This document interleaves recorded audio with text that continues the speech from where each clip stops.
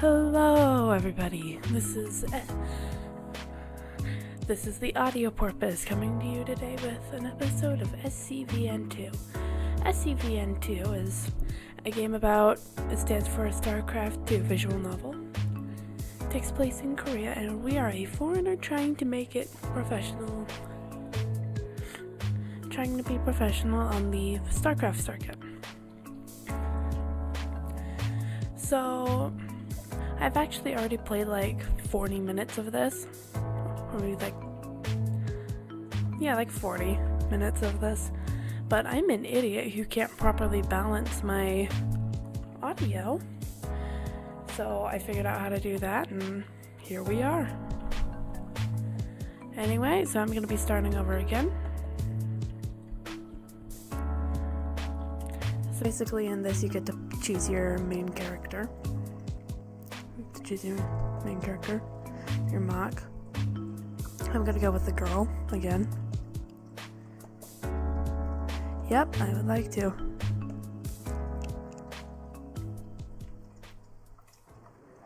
Also, the soundtrack for this is awesome, as you'll see later. There's a certain feeling that every StarCraft player gets before they lose.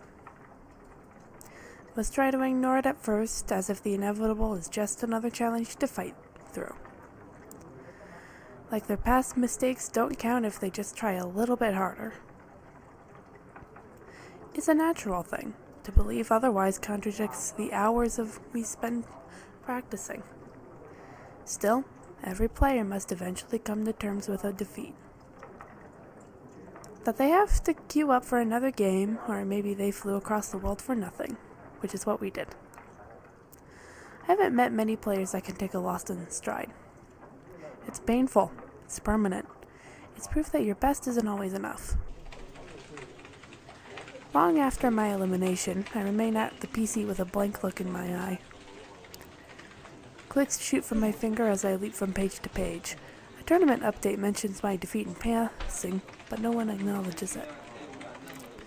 When my frustration fades, I'm left only with guilt. I should have practiced harder. I considered sticking around to watch the final few games, but the knot in my stomach persuades me to avoid any more stress. People are nice enough to a foreigner with the heart to attempt a Star League qualifier. But without a win, I'm just one more in a long line of losers.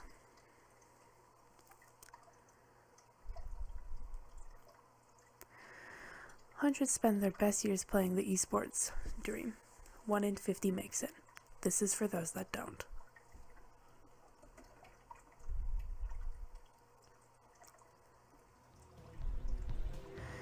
Every game of StarCraft begins the same. Gather resources, train a worker, construct a building, rally an army, defend a base, contest the map. Turn something small into something more. This game is punishing, it's stressful, it's draining, it builds you up and tears you down. It's not for everyone, it might not even be for me.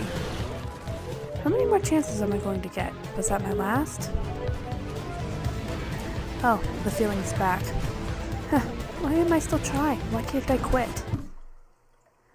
My fist rattles on the desk and sends a plastic bottle onto the floor. With my chin in hand, I throw myself into the match replay. I force down a measured breath. Losing a throwaway ladder game shouldn't bother a player of my rank. So anyway, they've got something kind of cool about this is that the game has a glossary that goes when you go into the menu. And I will be cutting to the glossary things in between. So yeah.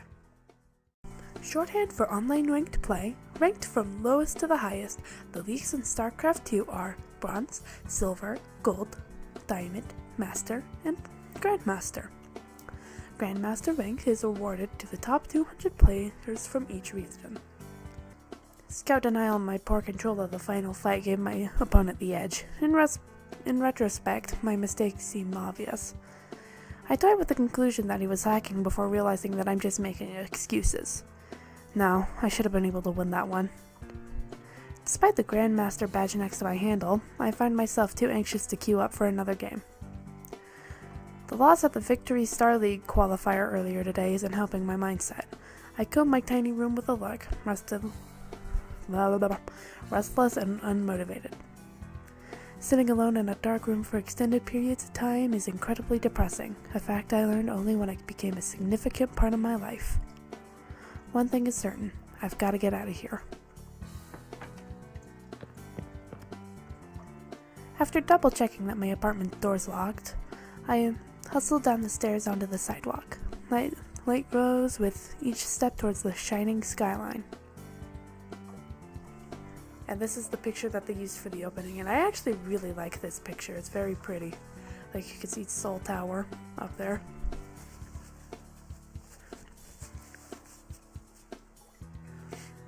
Catchy pop beats and posters of flawless models dominate the street after street. Foot traffic is thick and impatient. Seoul Tower stands tall from a distant hilltop. But even the lingering excitement of life in a faraway place can dredge me out of my hopelessness. Sometimes, especially on days like this, I regret pursuing esports. It's a thought I've had more times than I care to admit since coming to South Korea. Even saying that, I know I can't keep myself from competing. It's in my nature, and truth be told, this dang game is the only thing I'm good at. I know that feel. Actually, esports is something I've always been really interested in, because I've been interested in video games for a long time, and I'm a very competitive person. Like, to the point of, we just got Overwatch, and I intend to compete when we get the opportunity. I'm actually also writing a fiction book, like a YA romance about esports, so, if that ever comes out. What is StarCraft? Some respond to that with an explanation on its game mechanics or its storyline. There are other popular answers too. That requires the dexterity of a pianist alongside with the strategic thinking of a chess master. Maybe that's what StarCraft is to most people, but to the hundreds who carve out a living of it, StarCraft isn't such a simple thing. It's the embodiment of competition, playing a perfect field. No need for athletic genes, rapid parents, tutting tutors, or expensive summer camps. You pick up the game on your own. You learn, you improve. You work, and if you're good enough, you can become a god. And if you fail, you stay a nobody. It's true for a lot of things, though. So,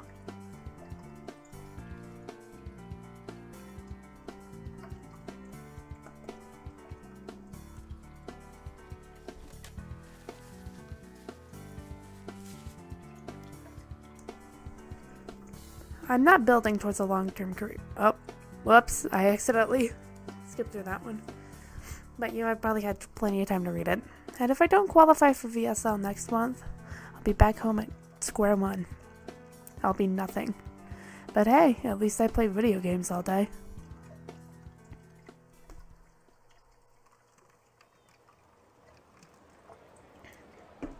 Are you completely sure you haven't forgotten anything? Do you have enough money for the cab when you land? Are you sure that the apartment's got your money? Is your cell phone charged? You brought an extra charger, right? Mom, I'm fine. Please, nothing bad is gonna happen. Remember, there won't be anyone to do your laundry, cook your food, cook your meals, or wake you up when you oversleep. Budget well and you'll have 2 months. I won't hear anything about a loan for the flight home. It takes effort to keep a frown from my face. I'm certain that my parents came to see me off only so they could say they did. I've already sunk the entirety of my savings into this. Now isn't the time for second thoughts.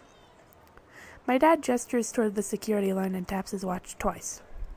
Go on. The sooner this is over with, the better. Oh, and come back in one piece, hon. Nothing comes when I think of how to respond, so I only nod. Without another word, my parents walk away.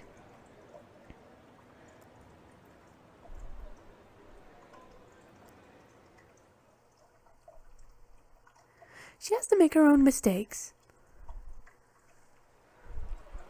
I thought that was going to continue on into a longer thing. Seriously though, just take a second to appreciate the quality music for this one.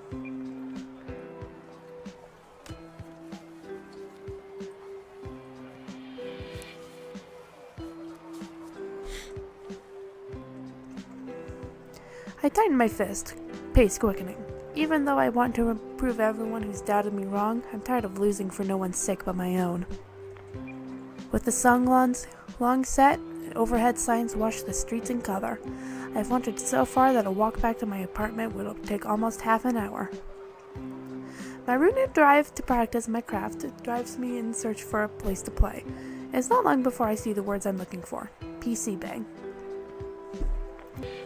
A PC Bang is a type of LAN gaming center where patrons can play multiplayer computer games for an hourly fee. PC Bangs remain popular despite the spread of household computers, as they provide a meeting place for gamers, especially school-aged gamers, to play together with their friends. The amount of foot traffic suggests that it's a pretty popular internet cafe. A sign on the front window reads Golden Zone Fire. Though I've only visited them a few times, PC Bangs are one of the things that interested me most about Korea when I first got into StarCraft. Digging it out for champion styles at a neighborhood cafe is old school cool, like the type of western where a sheriff defends his turf against upstarts and outlaws. It's an ideal that's a little bit dated these days. Most StarCraft 2 competitions take place either online or in broadcast studios. I'll admit, I've daydreamed about being born a decade earlier and playing the original esport, Brood War, during its rise alongside the PC Bang. Brood War, the expansion pack to the original StarCraft, released in 1998. The esports industry in South Korea was built entirely around Brood War, and its wild success with both players and spectators. It remains a relatively popular cultural mainstay. A better time, or so they say online. I trundle up the stairs and pass through the doorway, immediately struck by the size of the place. There has to be at least 80 computers. The crowd is too large for an ordinary evening. There are more people than there are PCs even. I indulge in my curiosity on the first person I see, a dark-haired guy observing a match of SC2 behind someone's shoulder. Excuse me, is there an event going on? No, you guys, in the original video, there was a giant me trying to grunge my way through figuring out this guy's voice.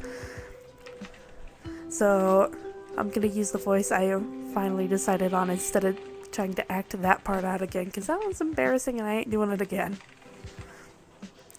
The guy turns and looks at me like I'm speaking something other than Korean. After a brief silence, he responds. Are you new or something? How have you not heard of All Out Attack? Yeah, I am new. Just asking. He hums and glances away for a moment. Though he doesn't apologize, he does fill me in. Golden Zone Fire hosts a StarCraft 2 tournament called All Out Attack once a month. It's one of the few places you'll find a decent player outside of an online cup or a Star League. Used to be Brood War tournament, actually. I see, thank you. Are you cheering for someone? He only stares in response. The guy walks away with a shake of his head, mumbling something about foreigners.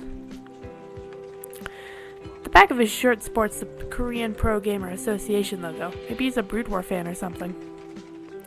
None of the StarCraft teams under KPGA's regulations compete in anything other than except the original game, Brood War. Understandably, they don't want to fracture a scene they've worked so hard to build up. And that's lucky for us, trying to keep from drowning in a game that's already deep with talent. KPGA players train for unbelievable amount of hours. Well, I came here to practice, and now I'm presented with an excellent chance to do so if what that guy said is true. A few stares follow me as I walked forward to put my name on the sign-up list. I must look like a tourist over my head. I'm definitely not the first foreigner to go abroad for esports, but mostly come to South Korea only once they have results or fame. Which is what you should do. Like, I'm a very realistic person. You probably should only start traveling the world to do your thing once you have fame at home. Like, yeah. Okay. After paying for an hour's worth of PC time at the front desk, I settled for a station that has a mouse and a keyboard similar to my setup back home. A few minutes later, I joined my opponent's game lobby just in time for the start of the first round. His name isn't familiar, so I checked his profile to see he's right to midway through Master League. Not bad for a casual player. He seems eager enough by the rate he's spamming go in the pre-game chat. The game gets underway once I confirm that I'm ready.